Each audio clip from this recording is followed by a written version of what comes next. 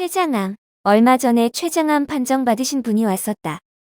나이는 77세이며 2021년 12월 6일에 그런 검진이 나왔다고 한다.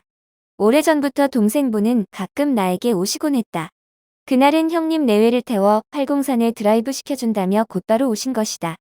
나는 췌장암이든 어떤 암이든 상관이 없으며 치사율이 높다지만 암은 다 암일 뿐이며 충분히 90세까지 살 수 있다고 했다. 그리고 암을 대처하는 방법들을 소상히 이야기했다. 육류며 생선 심지어 계란까지도 먹지 말 것을 주문했다. 기력이 떨어지면 다슬기국이나 추어탕은 드셔도 된다고 했다. 잡곡밥을 드시며 매일 맨발로 흙 밟는 것을 주문했다. 추울 때는 안 된다. 땅이 너무 차가우면 지기가 몸으로 들어오지 않고 찬 기운이 몸으로 전달되면 오히려 해롭다. 날씨가 좋으면 풍욕도 할 것과 채식과 과일을 많이 드실 것을 주문했다. 특히나 먹을 수 있는 과일 껍질은 절대 먹어야 함을 거듭 강조했다. 일체의 정크푸드도 죽음이 올 때까지는 먹지 말 것을 주문했다. 췌장암의 원인은 의학적으로 밝혀진 것이 없다. 다만 육류의 과다 섭취, 흡연, 스트레스, 고칼로리와 단백질 섭취, 과다한 음주 등등으로 추정할 뿐이다. 췌장암의 초기 증상으로는 소화불량이나 신물이 자주 올라온다. 갑자기 체중이 4에서 5kg 이상 빠진다.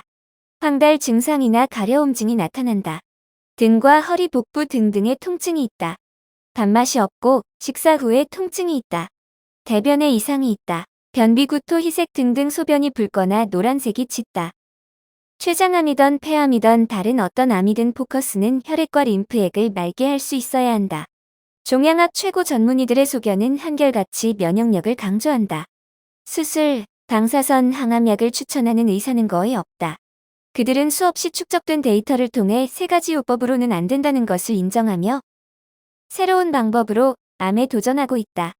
그러나 국내 많은 의료진들은 수술, 방사선 치료, 항암제 처방에만 매달린다. 그들은 과연 3대 요법의 위험성을 모르고 있는가?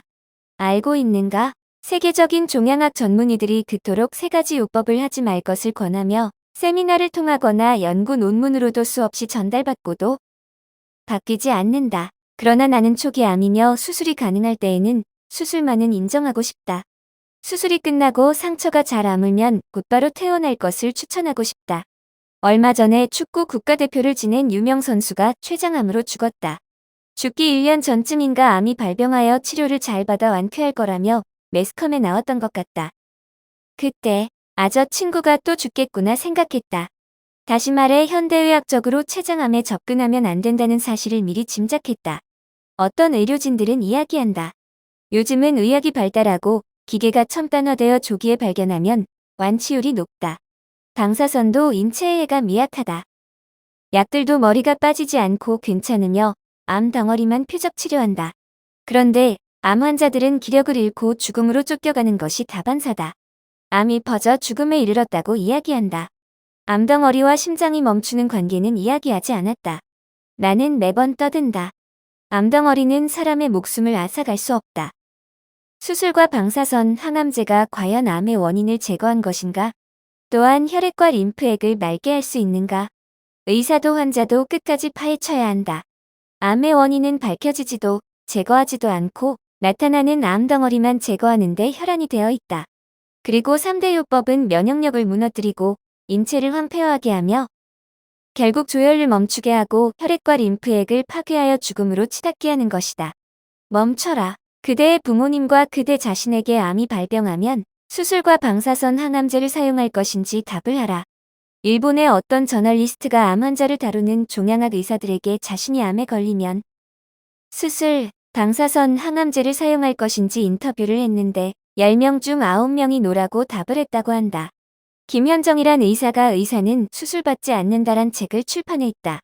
한 번쯤 읽어보시길 추천해본다. 또 다른 분들이 쓴 책 포스트셀, 암을 고치는 미국 의사들, 로그아웃 항암제로 살해당한다. 등등도 있다. 암덩어리를 가만히 둔 채 90세 이상까지 건강하게 살 수 있는 의술을 펼쳐야 한다. 그것은 면역학이요 면역력이다. 그것이 또한 혈액과 림프액을 맑게 하는 것과 같은 맥락이다. 나도 많은 암 환자들을 만났다. 그들 중에 대부분이 이미 돌아가셨다. 나의 방법을 듣고 예예하고는 집으로 가서 자식과 부인, 남편과 친지들의 말을 뿌리칠 수 없고 혹시나 하는 마음도 있어 유명 병원의 유명 의사를 찾아가 수술, 방사선, 항암제 치료법을 이용한 것이다. 얼마 전에는 84세 노인분이 림포암이 가슴 쪽에 발병하여 서울의 유명 병원을 왔다. 갔다 하는 중에 나와 만나게 됐다. 나는 단연 곧 나의 소견을 이야기했다. 저의 소견을 물으시니까 그냥 참조하십시오. 나이가 연로하시니 아무리 착한 암이라 해도 절대 방사선 치료를 받아서는 안 됩니다. 면역력을 강화할 것을 권합니다. 얼마의 시간이 흘러 그 노인분은 병원 치료를 거부했다. 병원 치료를 받거나 항암제를 전혀 사용하지 않았다.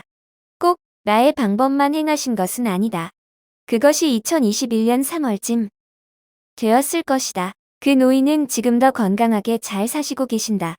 의학과 의술은 혈액과 림프액을 맑게 하는 몸속의 독소와 노폐물들을 제거하는 데 포커스를 맞춰야 한다. 그것이 코로나던 당뇨병이던 고혈압, 심장병, 루게릭, 파킨슨, 루푸스, 다발성 경화증, 강직성, 척추염 그 어떤 질병일지라도 인체의 면역력을 회복하고 강하게 하려면 어떻게 해야 할까? 또한 암이나 질병에 걸리지 않는 예방법은 어떻게 해야 할까? 첫째는 몸속을 청소하는 것이다. 다음은 정크푸드를 끊고 올바른 식생활에 있다. 다음은 운동에 있다. 걷고 또 걸으며 날이 따뜻하면 맨발로도 많이 걸을 것을 추천하고 죽음이 오기 전까지는 자주 걸어야 한다. 그리고 하체 운동도 많이 해야 한다. 다음은 올바른 사열도 크게 도움이 된다. 새로운 혈액과 호르몬, 림프액이 만들어질 수 있는 환경을 만들어주는 사열법이 필요하다 본다. 다음은 호흡이다. 암은 산소 부족이다. 이것이 나의 주지적 지론이여. 외침이다. 산소의 흡입이 줄어들고 암 환자는 적혈구가 거의 파괴되고 피떡지가 잘 형성되어 산소의 흡입과 공급이 원활치 않기 때문에 죽음으로 쫓겨가는 것이다. 하루에 3회 이상 1회당 30분 정도 복식 호흡할 것을 추천한다. 암 치료의 가장 중요한 부분이 아닐까? 다음은 잠을 잘 자야 한다. 맑은 공기가 있는 곳에 혼자서 따뜻하게 자야 한다. 인체는 잠잘 때 바이러스와 정화작용을 작동시키며 또 복원과 기력을 충전한다. 암을 궁극적으로 치료하는 백혈구와 매크로파지도 잠잘 때 그 임무를 수행하는 것이다. 옆에 누군가가 있으면 은연중에 환자의 마음이 굳세지 못하고 의지하려 한다. 암과 질병 치료는 결국 자신과의 싸움일 뿐이다. 그 처절한 싸움에 진정 도움이 되는 인연을 만나야 한다. 암덩어리와 친구하며 90세까지 건강한 삶을 살 수 있는 길은 어렵지 않고 멀리에 있지도 않다. 췌장암과 폐암을 비롯하여 어떠한 암이나 질병일지라도 미리 예방하는 방법도 치료법과 동일선상에 있는데 그 매뉴얼을 모르고 있는 듯하다.